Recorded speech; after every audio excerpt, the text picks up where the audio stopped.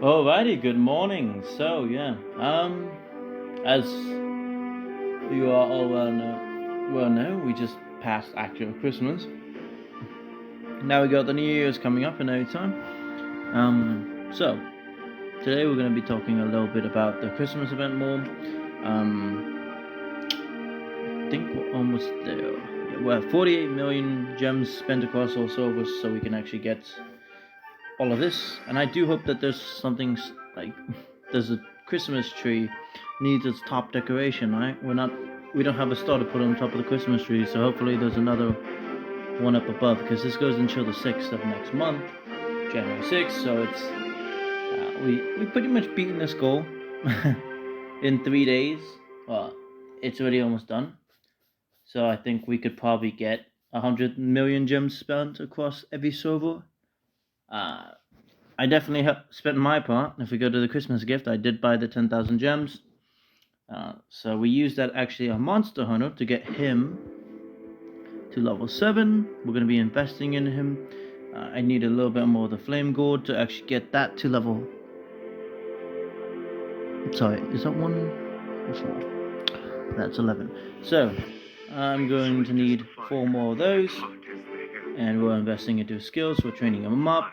We'll get him to level 8 and leave him there for a minute. I don't have his skin, which definitely burdens his use, but he's still really good. He's been saving me in the Crusade against some really tough teams. Anyways, let's go over to another hero that we were working on. So, Astrolabe Creator. Let's actually go over there very fast. I did spend my candy canes on getting these Star Stones. We use the Astrolabe Creator because they're guaranteed mythicals for the constellation of Leo and a glaive, so it increases my stats for a marksman type hero, which definitely helped because we focused and got 3 of them. We went and grabbed 3 focusing stones.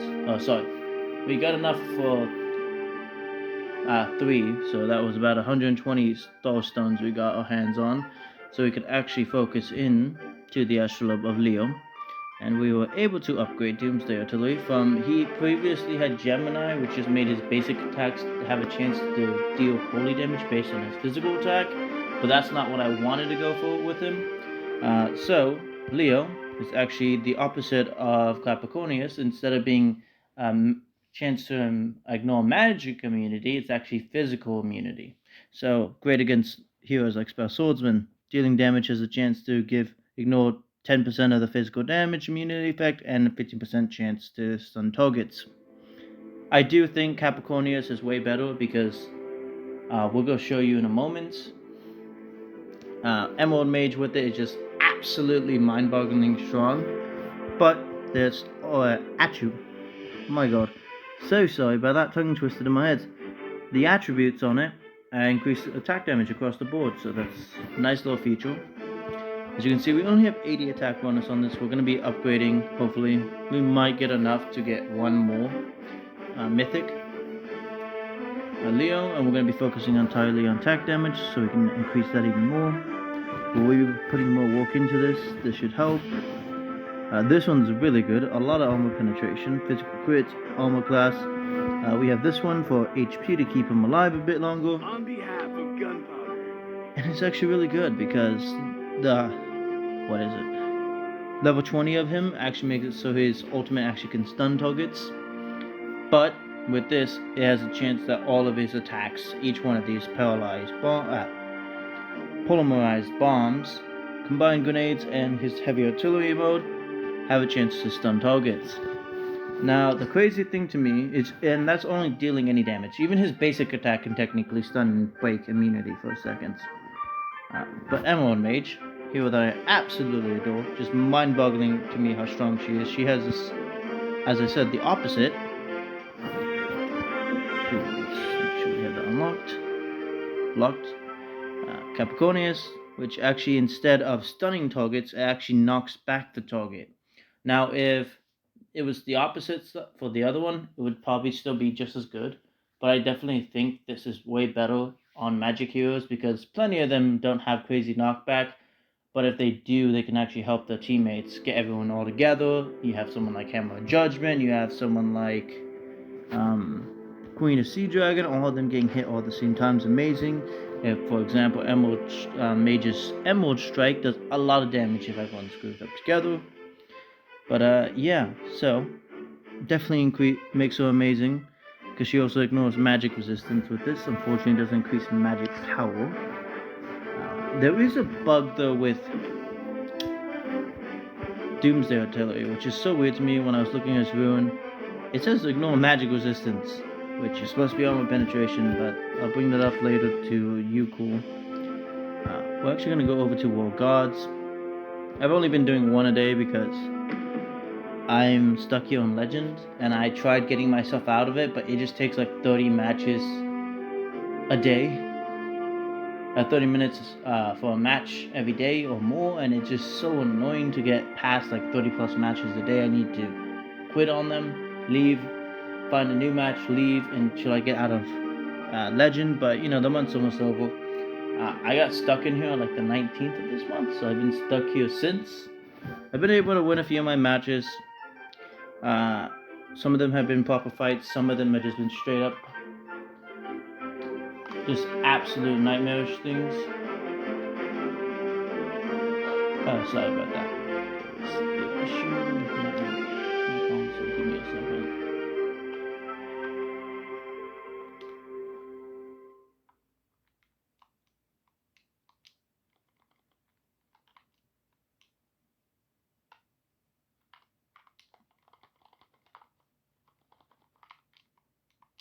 You probably can hear this. I'm so sorry about that.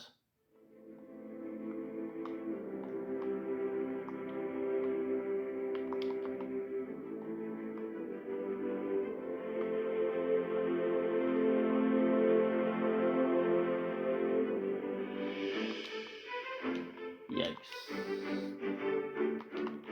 That is not very good. Why is it doing this? So sorry about that. We'll get back to the video in a moment.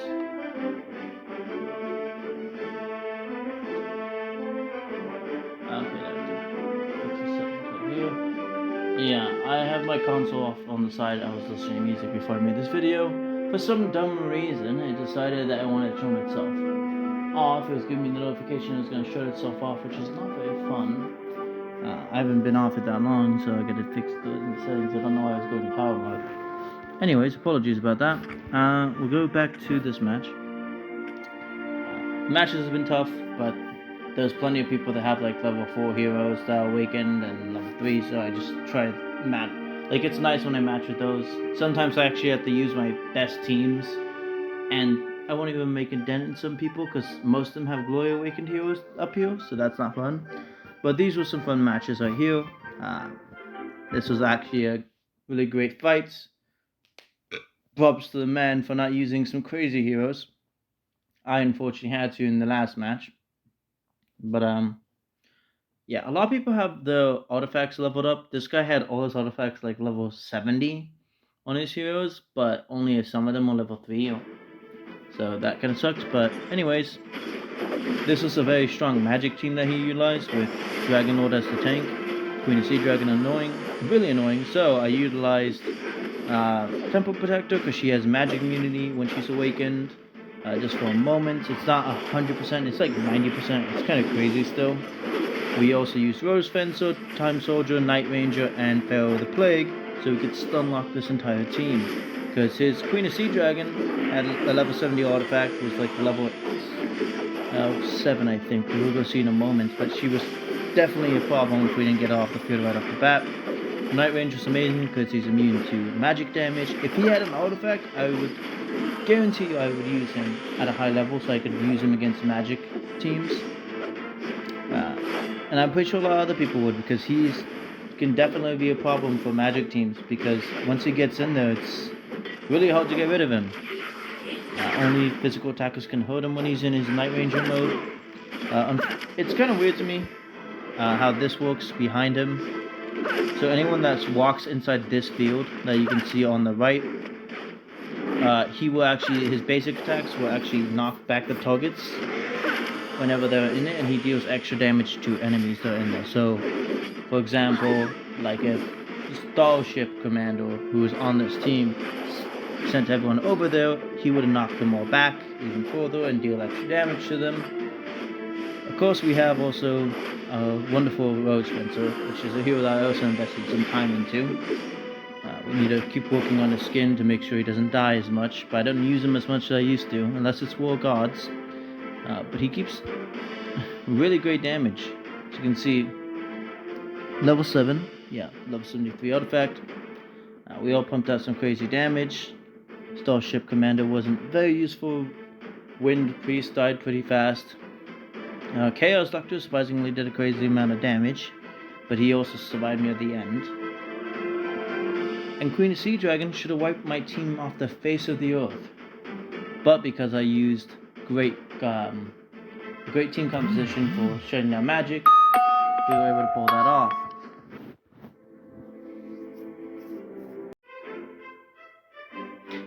Sorry about that, that was going to be cut in the video right here.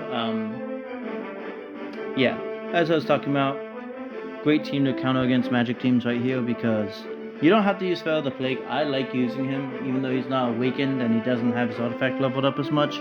He still pumps out so much damage. He brings out something to help out with the team. He can do knockback. He reduces the physical attack of everyone. He's great. Ninja Assassin, of course, was our backup, so when things got sticky, I didn't expect to lose my tank, which I didn't, so that's why I didn't go for a secondary tank. I usually like to go for a secondary tank in the back, in case anything happens, or run double tanks if I think it's going to be an issue. But Ninja Assassin can get in there, deal a ton of damage, which is what he did. He was able to kill off Chaos Doctor and Dragon Lord, and do a good chunk of damage to Vengeance Spirit. Anyways, the second team, I actually utilized the Master Mage team, which is a team I don't ever see anyone use for anything.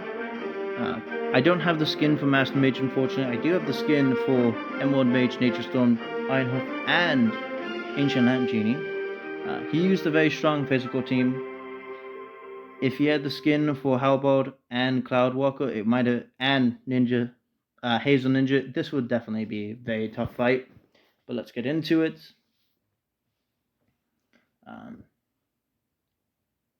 Apologies, I'm all over the place, but that's how I always am.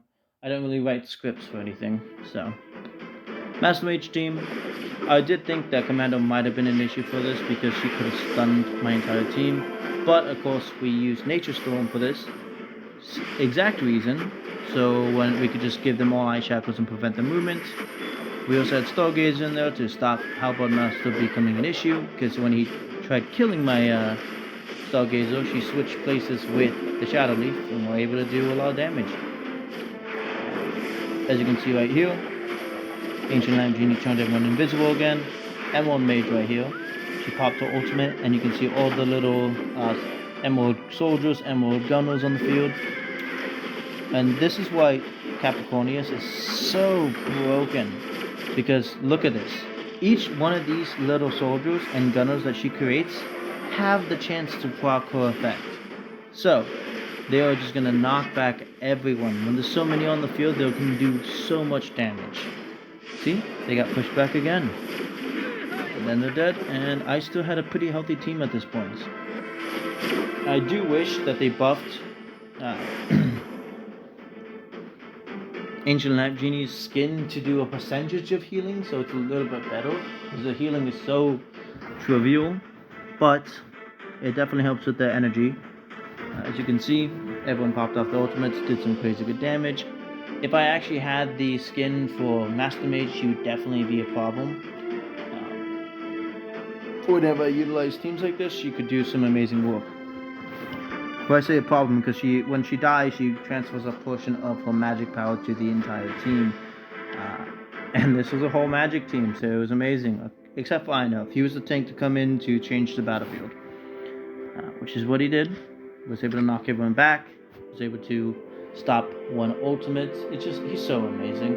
But anyways, enough about that. We're going to have to go back to the video and sort this all out. Mind-boggling madness in that.